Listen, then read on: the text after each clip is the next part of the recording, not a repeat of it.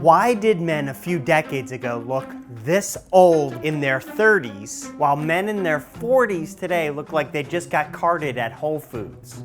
I occasionally see viral posts like this on social media about how men used to look older and how men of the same age today look like little children by comparison.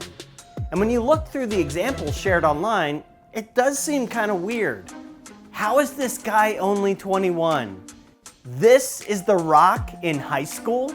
These guys from the TV show Cheers were only in their 30s? This is music legend Ritchie Valens at 17? So did men actually used to look older? Are we just a bunch of big babies now? I'm gonna dive in and try to make it make sense. I'm 46. And here is music legend Johnny Cash at 46, Jack Nicholson at 46, Clint Eastwood at 46, and Richard Nixon at 46. Looking pretty good, Tricky Dick. Now my long hair and mustache are probably throwing you off. If I was to cut all this off, I would look exactly like the princess in Neverending Story. Anyways, I wanted to look into this whole men used to look older thing myself. So I started looking at movies that I grew up watching as a kid. Take Jaws, for example. Everyone has seen this classic 1975 movie. Here are the three main stars of the movie. In your head, you probably have some idea of how old they are. But I was a bit shocked to learn that Roy Scheider was 37, Robert Shaw was 48, and Richard Dreyfuss was only 26. 26. He's already got white hairs in his beard.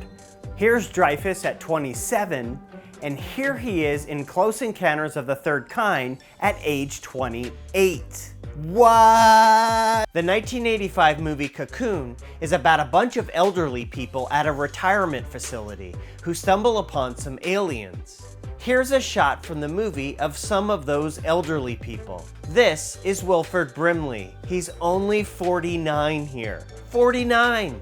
For comparison, here's Paul Rudd at 49 in 2018. Now let's talk about Superman. No, not that one. Nope, not that one. Nope, not that one. Yep, that one. Christopher Reeve, the OG Superman. How old do you think Christopher Reeve was in the first Superman movie? Well, look at him. Any guesses? The guy was 24. 24! That's like the age of a college student. Now look at the newest Superman, David Corenswet. How old do you think he is? Any guesses? He's 32. 32! That's almost 10 years older than Christopher Reeve here. And Reeve at 24 looks like he could be Corenswet's dad.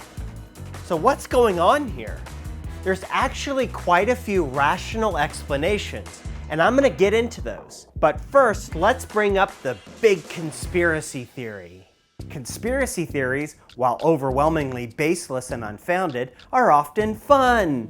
They offer an exciting distraction from our boring, soulless, corporate hellscape that is our modern society. The main conspiracy theory about why dudes used to look like this and now look like this is because the Illuminati, or the New World Order, or the reptilian aliens are trying to weaken and feminize men to prevent them from rising up against their overlords. And these nefarious forces are doing this by lowering men's testosterone levels, whether it be through evil chemicals in drinking water, evil chemicals in food, evil chemicals sprayed in the sky. It's all about making men more feminized, more obedient, and more prone to liking Marvel movies. But when you look at the actual data of testosterone levels in America, you can see that, oh wait, testosterone levels in men have dropped significantly over the last few decades. Scientific studies estimate a 1% drop in testosterone levels each year since the 1970s.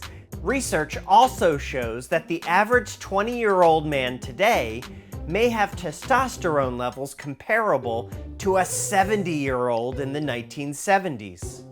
And testosterone can significantly affect a man's physical appearance. higher testosterone levels are often associated with more pronounced masculine features, such as a stronger jawline, a wider face, and more body and facial hair. Conversely, lower testosterone levels can lead to weaker jawlines, a loss of muscle mass, and the inability to grow a lumberjack beard.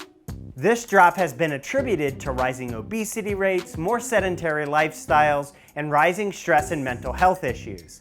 So are the conspiracy theorists kind of right? Well, there's much more to it. Here are some rational explanations that make a lot of sense. You know what people in the 70s used to call sunscreen? Baby oil. They were basically rotisserie chickening themselves under the sun for a golden brown tan. Actual SPF? That was for nerds.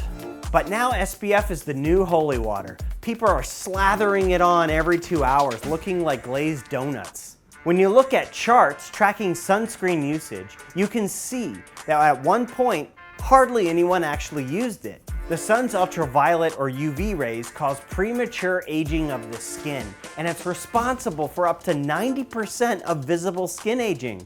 UV radiation leads to wrinkles, sagging, and uneven skin tone. So no wonder people used to look like this. Your dad's skincare routine in 1979 was a bar of Ivory soap and a splash of Old Spice, and he looked like this.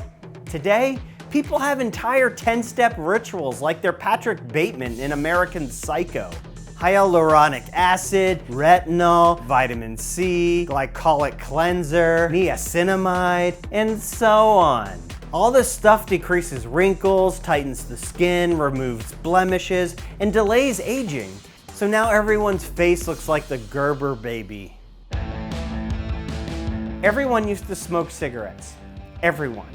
Baseball players smoked, your doctor smoked, your pregnant aunt smoked, people smoked on the plane, there were like 18 ashtrays in every American home. But guess what? Smoking sucks and destroys your body. It damages key proteins that give your skin elasticity and firmness, thus causing wrinkles and sagginess. It also reduces blood flow and the delivery of oxygen, which can cause discoloration and dullness in the skin. In essence, smoking makes you look old.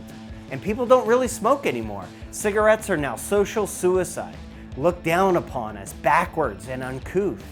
Cutting back on cigarettes and nicotine means better skin, fewer wrinkles, and less of looking like this. People used to dress like adults, now they dress like kids. When you look at the streets of New York City, for example, in the 1960s or 1970s or even the 1980s, you see men dressed in suits, fedoras, dress shoes, slacks, briefcases. Everybody's dressed like your grandfather. But for all we know, this guy here is like 20 and this guy's like 12. They just all look grown up because of their grown up clothes. This is classic Hollywood actor Cary Grant at the age of 42. This is Brad Pitt, also at 42. But at least for me, Grant looks a little bit older just from the way he's dressed. Today, middle-aged adults are wearing sneakers, hoodies, Pokemon t-shirts, these freaking weird shoes with toes, and jeans that look like they were just attacked by a velociraptor. We dress like our younger selves, and let's be honest, dressing young makes you look young. There's lots of other factors too that directly affect how people look, like diet and exercise and f***ing Botox. But a big component here is that modern society has redefined what masculinity is and what it means to be grown up. Take action movie stars, for example. They used to be hyper-masculine alpha males with big, strong muscles who punch people, shoot people, stab people, get with lots of girls, punch more people. They used to look like this. Now action movie stars look like this. They're smaller, thinner, and younger looking. They're no longer defined by their big muscles or their caveman ability to punch people. They're smarter, wittier, and are in touch with their feelings. They have more flaws and weaknesses, and audiences love them for it. It just doesn't seem like society wants a John Rambo anymore, or a Clint Eastwood, or a shirtless Schwarzenegger. They want Pedro Pascal, Timothy Chalamet, or Pedro Pascal. Men who look and act younger than they are, and who are, quite frankly, less physically intimidating than many of their predecessors. And while some people claim this has always been the end game of our reptilian alien overlords, I think it's pretty clear that it's actually because we're just taking better care of ourselves. And that's a good thing. Who wants to look like Clint Eastwood anyways? Actually, he looks really good. That's a good looking man.